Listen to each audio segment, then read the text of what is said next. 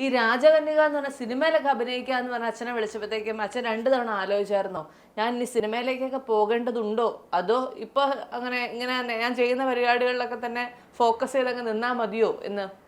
അതങ്ങനെയൊരു ചിന്തയില്ല. കാരണം ഒരു കഴിഞ്ഞ 10 വർഷമായിട്ട് രംഗത്തിൽ ഇതിനോട് പുറകിൽ ഒത്തിരി ഉണ്ട് ഞാൻ. അത് ശരി.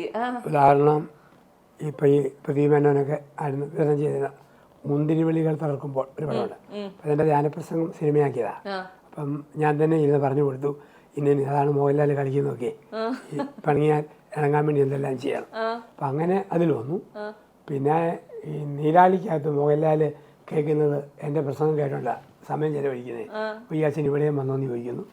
പിന്നെ പഴയ ഹരിശ്രീ അശോകനുണ്ടല്ലോ, അവരെല്ലാം ചേർന്ന് കാറ്റിനരിക്കുന്ന സിനിമയ്ക്കകത്ത് അച്ഛനായിട്ട് തന്നെ ഞാൻ ചെറിയ റോൾ ചെയ്തിട്ടുണ്ട്. പിന്നെ കഴിഞ്ഞ കൊല്ലം ഇറങ്ങിയ ബുമറാങ് ചെമ്പൻ വിനോദൊക്കെ ഉള്ള അപ്പോൾ എൻ്റെ ധ്യാനപ്രസംഗം കാണിച്ചുകൊണ്ടാണ് സിനിമ പോകുന്നത്. അപ്പോൾ ആ ബാക്കിലോട്ട് നമുക്കറിയാം. പിന്നെ ഇതിനകത്ത് വരാൻ കാരണം എനിക്ക് ഒത്തിരി ഇഷ്ടമായിരുന്നു. കാരണം നല്ല ഇങ്ങനൊരു പടം ഒത്തിരി നാളായിട്ടില്ലേ. ഇപ്പോൾ ഈ മാതാവിനെയൊക്കെ കാണിച്ചും ജാതിമത ഭേദമന്യേ മാതാവിനോട് സ്നേഹമുണ്ട്. അപ്പം ഒരു മാതാവിൻ്റെ സാന്നിധ്യം ഒരു നാടിന് വരുന്ന അനുഗ്രഹം, അത് ഉഴപ്പുമ്പം വരുന്ന ഒരു തിന്മയുടെ അനുഭവങ്ങൾ അതിനൊരു ഭാഗമായിട്ട് ഒരല്പം ചേർന്ന് നിൽക്കാൻ അവസരം കിട്ടിയപ്പോൾ അങ്ങ് ചേർന്നു എന്നുള്ളതേ ഉള്ളൂ. അല്ല ഈ വേഷം മാറ്റി വെച്ച അച്ഛൻ ഒരു ക്യാരക്ടർ ആവാൻ അച്ഛൻ ചെയ്യോ? ഇല്ല, ചെയ്യാൻ ഇല്ല. ഈ കുപ്പായി വിടാൻ നമുക്ക് വരുന്നൊക്കെ ചെയ്യാം.